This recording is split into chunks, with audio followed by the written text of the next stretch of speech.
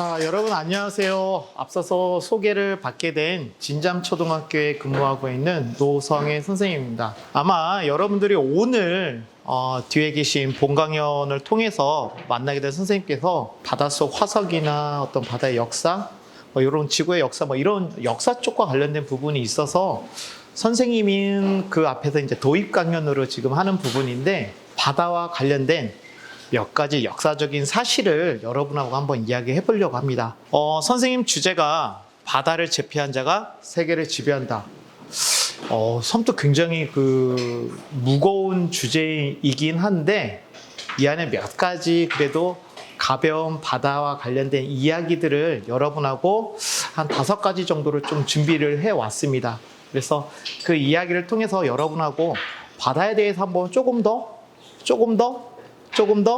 알아보는 그런 시간이 됐으면 좋겠습니다. 자, 우리 친구들 같이 한번 읽어볼까요? 지구가 우주에 존재하는 수많은 행성과 구별되는 가장 뚜렷한 특징은 뭐가 존재하는 거다? 응?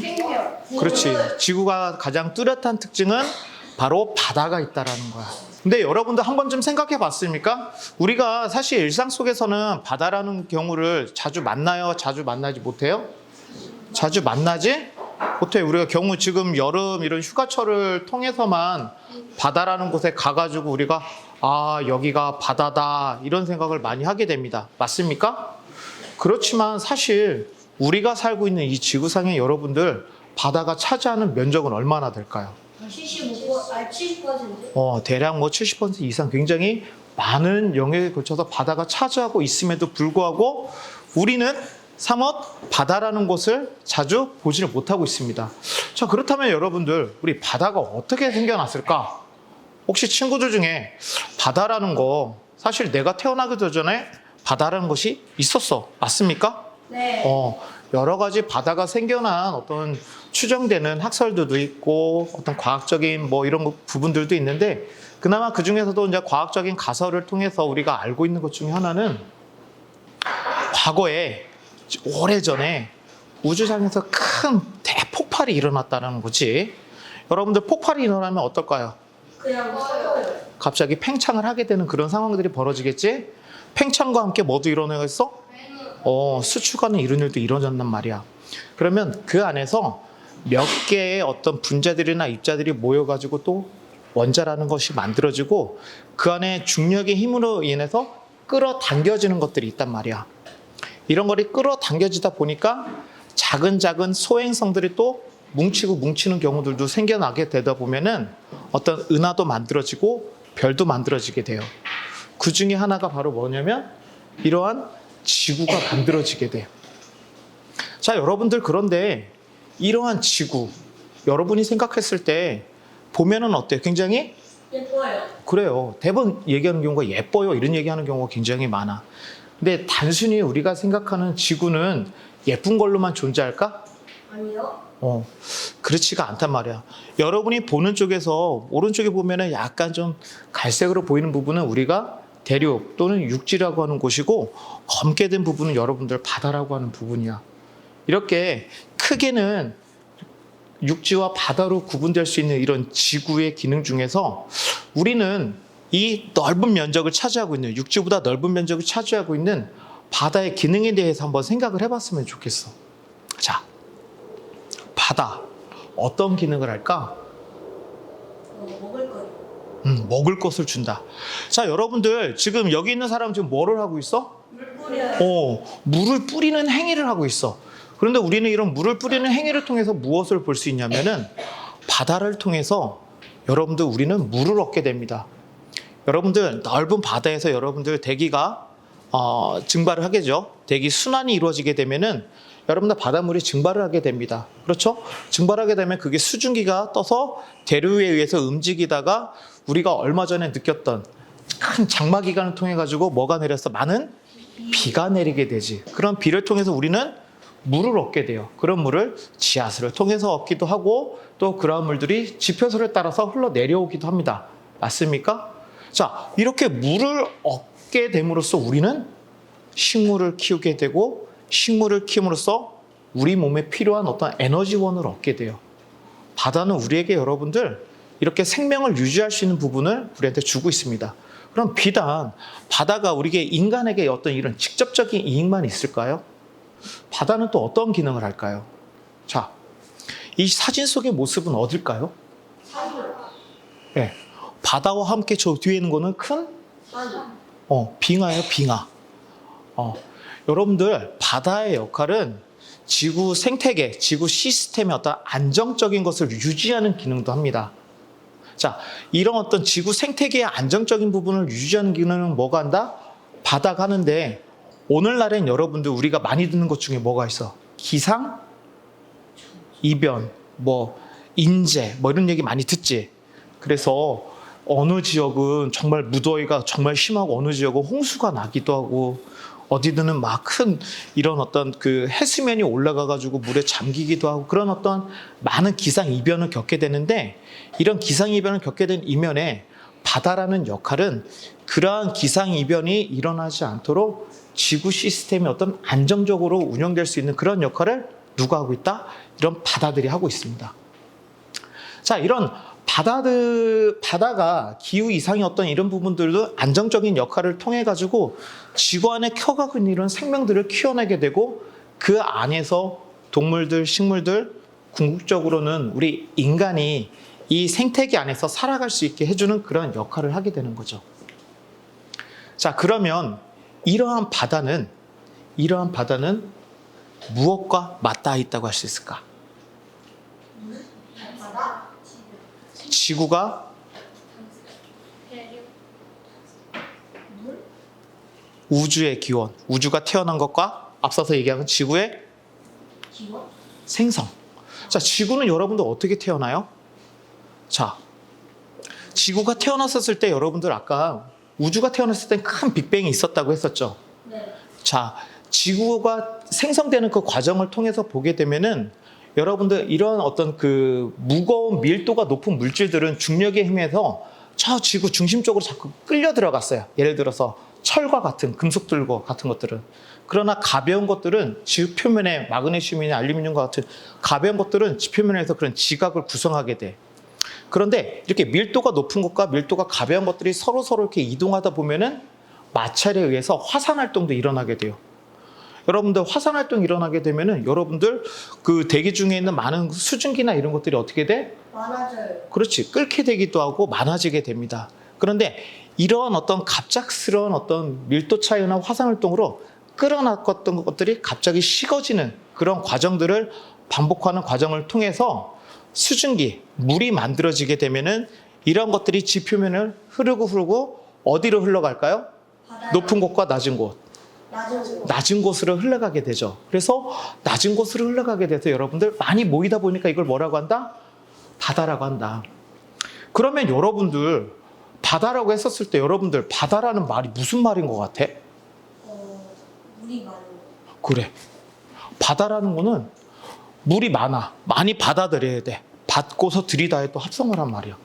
그리고 또 뭘까? 바다라는 이 바다는 물이 항상 많이 고여 있다라는 말의 어떤 바다를 의미를 하기도 있어. 그리고 영어로도 sea라고 하는 거는 많은 양의 물을 의미하는 새에서도 여러분들 유래를 했다고 합니다. 자, 이런 것을 보게 되면 앞서서 말한 것처럼 어떤 지구가 생성되는 그 과정 속에서 수증기가 모여서 물로 변하는 과정, 지표를 흘러가지고 지표에는 염소 성분을 녹여서 광물에는 염소를 녹여가지고 낮은 곳에 모여서 이게 많아지고 하다 보니까 짜지기도 하고 많은 물의 양이 된 게 바로 바다라고 할 수가 있어요. 자, 그러면 여러분들 우리가 바다라고 부를 수 있는 거, 여러분들은 무엇을 바다라고 해요?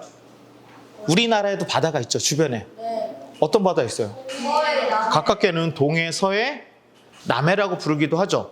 네. 더 크게는 어떻게 보여요? 우리 오르카에서 4시간에 배우잖아. 태평양도 있었어, 그치? 인도양도 있었고 대서양도 있었지. 그래서 우리는 5대양 6대주라는 말을 쓰기도 합니다. 이때 5대양을 얘기하는 건 뭐야? 태평양, 인도양, 대서양. 그 다음에 남극해, 북극해도 우리가 포함하게 되죠. 그런데 저렇게 말하는 경우도 7개의 바다라고 얘기하는 경우도 있어요. 그러면 어떨까? 자, 이렇게 7개의 바다라고 하는 경우에는 태평양을 2개로 나눠요. 북태평양, 남태평양. 그리고 대서양도 북대서양, 남대서양. 이렇게 해서 나눠가지고 7개의 바다를 부르기도 합니다. 자, 우리는 지금 앞서서 우리 지구가 어떻게 태어났는지, 그리고 바다가 어떻게 등장하게 됐는지, 그리고 바다에 담긴 의미들은 무엇인지 이런 것들을 알아봤어. 근데 선생님은 오늘 너희들한테 바다라는 거 외에 5가지의 바다와 관련된 역사 이야기를 한다 그랬지. 그럼 지금부터 바다와 관련 역사 얘기를 할 텐데, 자, 역사학자인데 이런 얘기를 좀 합니다. 우리가 과거를 통해서 오늘의 문제를 진단하고 내일을 전망하고 미래를 준비한다. 자, 선생님이 왜 오늘 21세기 아니면 여러분들 미래를 살아가는 여러분한테 왜 오래된 이야기를 가지고 이야기하냐. 우리가 바다에 대해서 조금 더 알고 조금 더 여러분한테 미래를 준비할 수 있는 어떤 기회를 줄 수 있었으면 하는 바람에서 자, 이런 이야기를 좀 준비했습니다. 자, 여러분들 지구에는 바다와 육지가 있다고 했었죠. 자, 그런데 이러한 바다는 애초에 우리 인간들에게 어떠한 역할을 했을까요? 이 안에 들어갈 말. 여러분들 물 생각하면은 어떤 생각이 들어요? 혹시 여러분 중에는 물을 장애물이라고 생각해 본 적 있어요? 없어요? 오늘날의 여러분들은 물이라는 게 별거야? 여기 물이 있어? 큰 바다가 있어? 그럼 여러분 어떻게 하면 돼? 수영해서 건너가 아니면 배를 놓고 건너 이런 생각을 하지. 근데 과거의 사람들 그렇게 생각했을까? 아니요. 그렇게 생각하지 않았어. 과거의 사람들은 이 바다라는 것이 굉장히 힘들고 어려웠어. 그럼에도 불구하고 과거의 사람들은 서로의 필요한 것들을 얻기 위해서 또는 필요한 곳에 가기 위해서 반드시 어디를 가야 됐다? 바다. 바다를 통해서 가야 됐다. 물론 바다가 아니어서 갈 수 있어. 어떻게? 육지를 통해서도 갈 수 있어. 네. 그렇지만 바다의 필요성이 굉장히 많아지는 계기가 생겨나게 됐는데 이 바다라는 공간을 통해서 사람들이 이제 서로 왕래를 하게 되고 또는 서로가 가진 것들을 서로 교환을 하게 되는 그러한 필요성을 사람들은 느끼게 돼. 바다가 근데 아까 처음에 뭐라고 했어? 장애가 됐었단 말이야. 그러면 이런 바다의 장애를 극복하기 위해서 뭐를 해야 돼? 이것을 극복해내야 돼. 근데 여러분들 바다에 나갔더니 뭐 바다가 항상 뭐 이렇게 이리 오세요. 안전하게 지나가세요. 그렇게 여러분을 맞아줄 것 같아요? 아니요. 배를 타고 간다고 해서 항상 안전할까요? 그렇지가 않아요. 때로는 뭣도 만나겠어? 파도도 만나겠고 친구 말대로 폭풍도 만나겠지. 그리고 망망대해를 가다 보면은 때로는 어떻게 돼? 그렇지. 길을 잃기도 한단 말이야. 자, 그렇게 힘든 노정의 과정들을 거쳐서 교류하고 무역을 했음에도 불구하고 사람들은 왜 장애물인 바다로 나갔을까? 여러분은 목숨을 잃을 수 있는데 왜 갔을까요? 예? 네, 맞아요.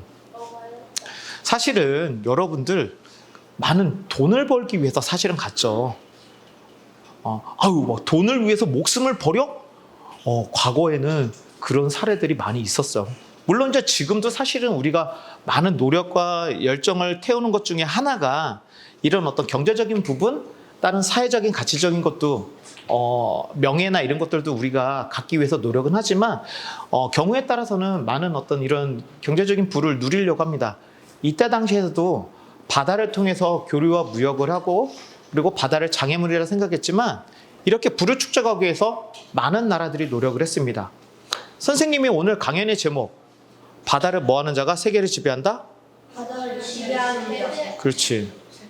자, 그러면은 그런 나라들이 몇 개의 나라들이 있는데 선생님이 여기에서 몇 개의 나라를 소개하고 우리가 앞으로 바다를 어떻게 생각해야 되는지 그 생각을 한번 나눠보고자 해. 첫 번째로 소개하고자 하는 나라가 있어. 어딜까? 미국? 너무 빨리 나왔는데? 지중해. 어딜까? 호주? 아니야. 혹시 여러분들 로마 들어봤습니까? 네. 좋아요. 자, 이 중에 어디가 로마일까? 자, 여기 여러분들 이렇게 무슨 여성의 롱 부츠 같은 모양의 나라 보이세요? 네. 저희가 로마야. 자, 여러분들 이 나라를 이렇게 보게 되면은 왜 저쪽에 로마인데 그럼 지중해는 어딜까? 지중해는 해는 해라고 하니까 무슨 바다일 거야? 여러분 이 하늘색으로 보이는 여기가 이제 지중해란 말이야. 왜 지중해가 로마의 호수라고 얘기할까? 첫 번째, 로마라는 나라는 어떤 나라였을까? 사실 여러분들 이 당시에 로마가 이제 초창기 이제 그 건설됐었을 때는 여러 부족 국가들을 합친 나라였어요. 그렇지만 로마는 그 당시에는 그렇게 뭐 많은 힘이 세거나 그렇지가 않았어요. 오히려 힘이 센 것은 여기가 이제 아프리카 땅이거든. 요 아프리카 땅을 지배하고 있는 북아프리카의 맹주인 카르타고였어요. 근데 로마라는 나라가 점차 힘이 세워지게 된 계기는 이 지중해를 중심으로 한 몇 번의 전쟁을 통해서 여러분들 강해지게 되거든요. 자, 여러분들 이 로마라는 나라는 포에니 전쟁을 통해서 가지고 강해지게 되는데 총 3번의 전쟁을 하는데 여러분이 보게 되는 오른쪽에 이 사진은 바로 두 번째 전쟁에 해당하는데 이때 당시에 요 카르타고는 여러분들 어떻게 돼 있어? 로마하고는 지중해를 중심으로 바다 사이에 있었지.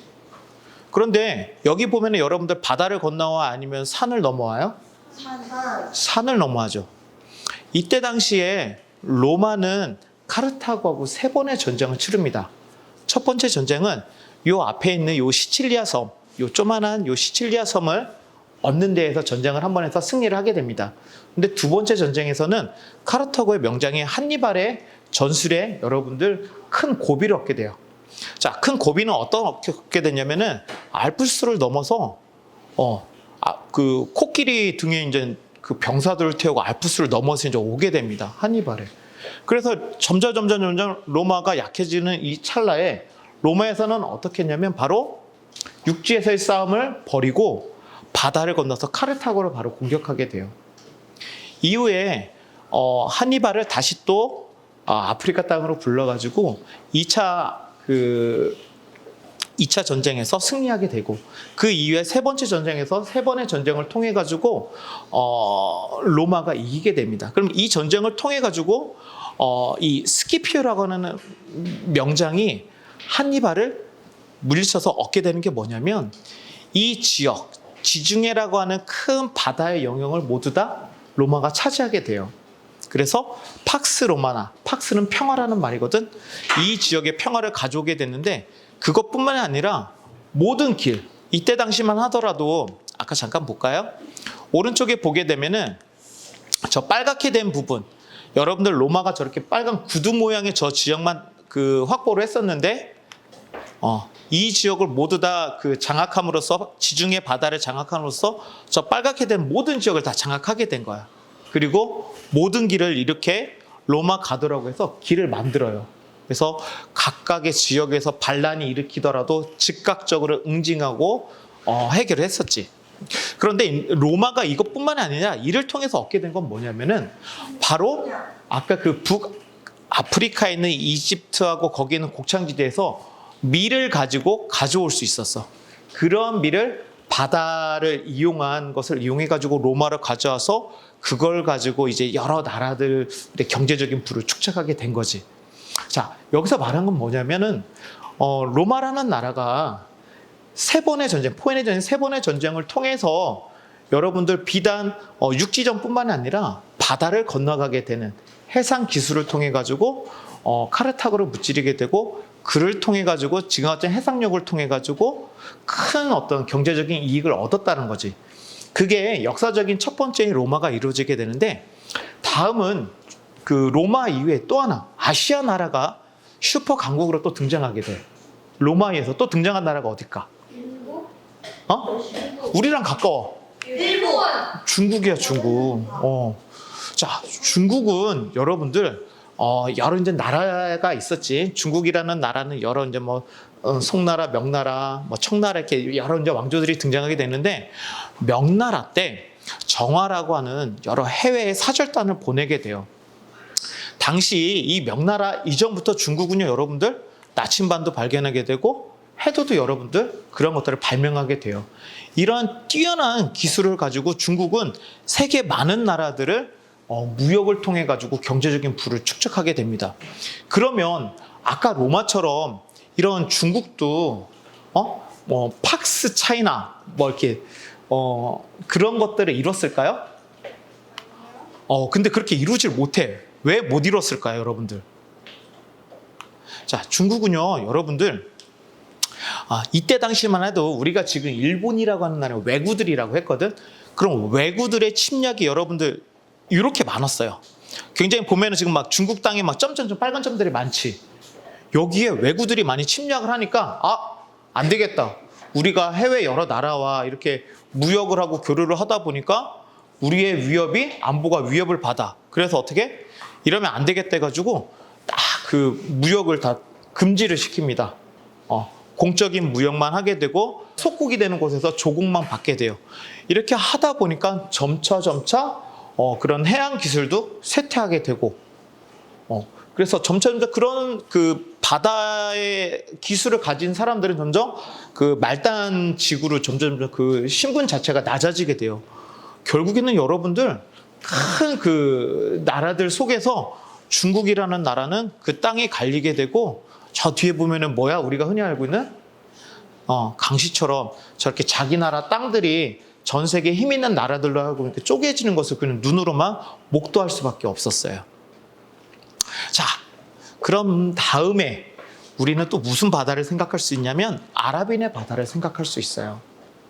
여러분들 우리나라가 있는 저 오른쪽에 여러분들 그 동양의 문명이라고 한다면 왼쪽에 있는 부분은 유럽 쪽의 서양의 문명이에요. 과거에는 여러분들 바닷길을 이용할 때는 이렇게 사막을 통해 가지고 여러분들 무역을 했었습니다. 자, 사막을 통해서 무역하다 보니까 사막을 지날 수 있는 동물 뭐가 있다? 낙타를 이용해 가지고 낙타에 많은 짐들을 싣고서 옮겼어요. 근데 이렇게 이용하는 것보다 바닷길을 이용하고 나니까 어떤 점이 좋아? 저렴한 비용에 많은 화물들을 싣고 옮길 수가 있었어요. 그래서 이렇게 바닷길을 이용해 가지고 여러분들 이때 당시에 해양 실크로드라는 게 만들어지게 됩니다. 자, 그러면 이런 해양 실크로드를 등에 업고 또 하나의 강대국이 등장하게 됩니다. 여러분들 베네치아 하면 무슨 나라라고 알고 있어요? 물의 나라죠? 자, 그러면 여러분들 왜 베네치아가 물의 나라인데 왜 해양 강국으로 등장했냐면 이때 당시에 로마는 여러분들 저 뒤에 게르만족에 여러분들 멸망하고 있었고 게르만족의 대이동이 시작돼서 막 압박을 받고 있는 사이였어요. 이 중에서도 저 지금 윗부분에 여기가 이제 베네치아인데 게르만족이 내려보다 보니까 이 베네치아 사람들은 그 게르만족의 어떤 야만적인 게르만족을 피해가지고 내려오고 있었어요. 근데 종국에는 더 도망갈 수가 없었냐면은 더 도망갈 수가 없었어요. 그래서 어디로밖에 나갈 수가 없었어? 바다로만 나갈 수밖에 없었어요. 근데 그 지역이 어떠냐면은 늪지대예요. 거기서 살아남기 위해서 이런 어떤 도시를 건설하게 됐어요. 그래서 비단 이러한 도시를 건설하게 됐지만 베네치아가 성공할 수 있었던 거는 이때 당시에 많은 배를 이용해 가지고 전쟁의 물자를 여러분들 수송하는데 베네치아가 일약을 하게 됩니다. 그로 인해서 베네치아라는 나라는 그 지역에 지중해와 학해라고 하는 그 지역에 많은 자유권을 상업과 관련된 그런 자유권을 획득을 해가지고 많은 경제적인 부를 축적하게 됩니다.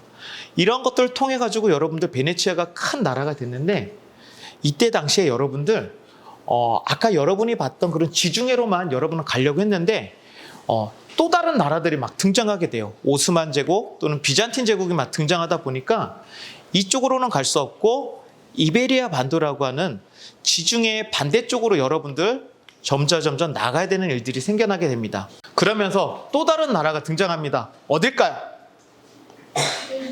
예? 여러분들 들어봤어요? 그래서 선생님 검색해봤더니 이 나라 어느 나라야? 얘 나오더라고. 근데 선생님 뭐 호날두 얘기하려는 아니고요. 자, 이 나라에 누가 있었냐면은 엘케 왕자라는 사람이 있었어요. 이 왕자는 여러분들 미지의 세계에 대한 탐험에 대한 열정이 강해가지고 카라벤이라고 하는 범선을 만들게 됐습니다. 그 전까지 배들은 여러분들 사람이 이렇게 노를 저어서 가는 배였어요. 볼까요? 사람이 이렇게 노를 저어서 가는 배였는데 이 당시에 카라벤은 여러분 노를 저어 가는 배가 아니라 바람을 이용해서 가는 범선을 만들게 돼요. 그리고 돛의 모양도 사각형의 돛이 아니라 삼각형의 돛을 만들어서 바람에 수시로 바뀌는 바람의 방향을 만들게 됩니다. 이로 인해서 포르투갈은 여러분들 다음과 같이 인도까지 가는 어떤 인도 항로를 발견하게 돼요. 그로 인해서 포르투갈 고리라는 것을 완성하게 되고 이 지역에 여러 이제 그 상업을 관장할 수 있는 상관하고 요새를 지어가지고 해상무역을 장악하게 됩니다. 이때 당시만 하더라도 이렇게 동양에서 넘어오는 그 후추와 향신료 같은 이런 것들을 많이 가져와서 유럽에 전파하게 됐는데 당시만 하더라도 여러분들 우리가 금과 은만 되게 값어치가 높을 것 같잖아요. 근데 이때 유럽에서 이제 고기류나 이런 걸 많이 먹을 때 고기의 누린내를 없애줄 수 있는 이런 후추를 여러분들 동양에서 가져서 먹으면 얼마나 맛있어. 그런 후추류들 여러분들 많이 가져왔다고 합니다. 자, 그런데 이런 포르투갈의 어떤 성공만 바라볼 수 없었던 나라가 있었어요. 어디였냐면 스페인이었습니다. 자, 스페인은 당시에 그 포르투갈이 가지고 있던 아프리카를 연해서 인도양을 통해서 동양을 가야 되는 그 부분이 아니라 우리는 대서양을 횡단해야 되겠다. 그래가지고 대서양을 횡단해가지고 가고자 해서 지금 여러분이 이제 콜럼버스예요. 콜럼버스가 왕에게 5번에 걸쳐가지고 나 좀 보내주세요. 해가지고 겨우 승낙을 얻어가지고 이렇게 항해를 하게 됩니다. 근데 여러분들도 알겠지만 콜럼버스는 4번에 걸쳐 항해를 해가지고 새로운 신대륙을 발견했지만 거기가 새로운 신대륙이라는 것을 알지는 못했대요. 끝까지 인도라는 땅이라고 알고 있었는데 아메리고 베스푸치가 여기는 인도가 아니라 새로운 대륙이다라는 걸 명명해서 오늘날의 아메리카가 여러분들 있는 것인데, 자, 여기서도 보게 되면 스페인 같은 경우는 이렇게 콜럼버스뿐만 아니라 마젤란을 통해서도 여러분들 태평양을 발견하게 되고 마젤란 해역, 그다음에 동남아시아에 있는 필리핀 열도 이런 많은 나라들을 여러분들 발견하게 됩니다. 그런데 여러분들 스페인이라는 나라는 포르투갈과 달랐어요. 스페인이라는 나라는 가는 나라들마다 여러분들 그 정복지를 거의 박멸을 했습니다. 포르투갈은 다른 이민족이나 이런 것들을 포용하고 이해하고 감싸 안았다면 스페인이라는 나라는 여러분들 이런 나라들 거의 학살하다시피 했죠. 멸종하다시피 해가지고 민족들을 거의 다 사살하고 없애는 나라들이 됐었죠. 자, 지금 선생님이 많은 나라들이 왔어요. 여러분들 저기 베네치아, 중국, 그 다음에 포르투갈, 스페인. 이제 2나라만 남았습니다. 어딜까요? 우리나라? 아니에요. 이제 영국이라는 나라예요. 자, 엘리자베스 1세 때부터 여러분들 영국은요, 여러분들 그 해양 군사력이나 이런 것도 굉장히 강화를 했었는데 다른 나라들과 좀 독특했어요. 어떻게 독특했냐면 여러분 오른쪽에 있는 2사람 모습 어때요? 굉장히 먼저요. 이상해요? 네. 멀쩡해 보이죠? 네. 근데 이 사람들 직업이 뭘 것 같아요? 해적이에요, 해적. 해적입니다. 자, 영국이라는 나라는 이때 당시에 스페인과 포르투갈이 그런 새로운 신항로도 개척하고 무역업이 풍성하다 보니까 생각해보니까 영국은 섬나라야. 우리가 할 수 있는 거는 뭐야? 노략질이야. 빼앗는 거야. 빼앗는 거에 여러분들 열심히 노력했어요.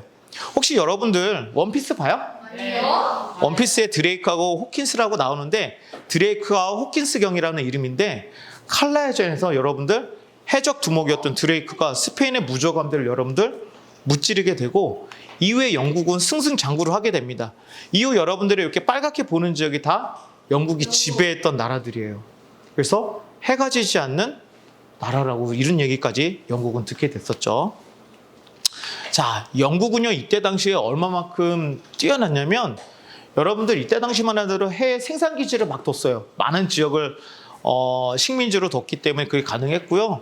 영국의 모든 무역은 영국의 배로만 다녀야 됐고, 자, 이국 표준주의라고 해가지고 영국의 해국은 세계에서 2번째로 강한 2나라의 해군력과 최소한 강해야 된다라고 하는 이국 표준주의에 따라서 1980년대는 전 세계 80%의 배를 만들고 모든 선박의 50%가 다 영국의 배였다고 할 정도로 굉장한 해군력을 장악하고 있어요. 근데 오늘날의 해양국은 어딜까요? 해양 패권국은 미국이에요. 자, 여러분들 이거는 지금 2차 세계대전 당시 어떤 미국이 보유하고 있던 어떤 그런 폭격기의 그러니까 비행기의 모습이죠. 이것뿐만 아니라 이런 막강한 해군력을 장악하고 있었어요. 항공모함, 군함, 각종 소형함.